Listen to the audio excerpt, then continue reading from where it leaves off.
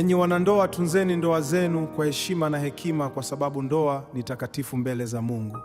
Ahadi mlizotoa siku ile ya kwanza, mbele ya mashuhuda, mbele ya jamii nzima, hazikuwa maneno tu, bali ni agano kuu. Mungu amewashuhudia, mebariki muungano, mtaishi pamoja kwa shida na faraja, mkipendana daima. Changamoto zitakuja, majibu tele, lakini upendo wenu uwe ngao na ngome. Msikate tamaa, kwa maombi na subira mtashinda kila vita. Jengeni msingi imara wa imani na ukweli. Ndoa ni baraka, zawadi kutoka juu, msingi wa familia, chimbuko la furaha kuu. Iheshimuni sana, ienzi na hekima, dumisheni amani, ukazimika kwendowe.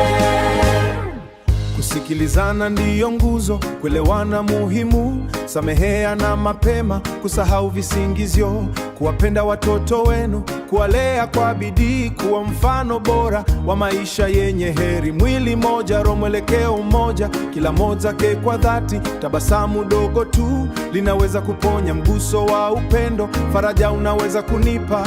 Jenga urafiki mara yenu, mpenzi wako awe rafiki wa siri zote zenu, mshirikiane kwa kila jambo kubwa na dogo. Ndoa ni baraka, zawadi kutoka juu, msingi wa familia, chimbuko la furaha kuu.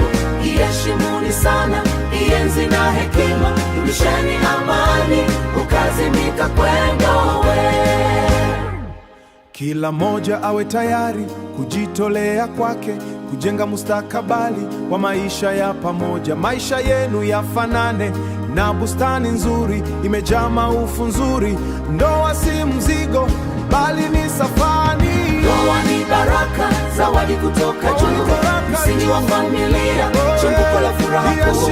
Iheshimuni sana, ienzi na hekima, dumisheni amani, ukazimika kwendowe. Tunzeni ndoa zenu kwa heshima na hekima.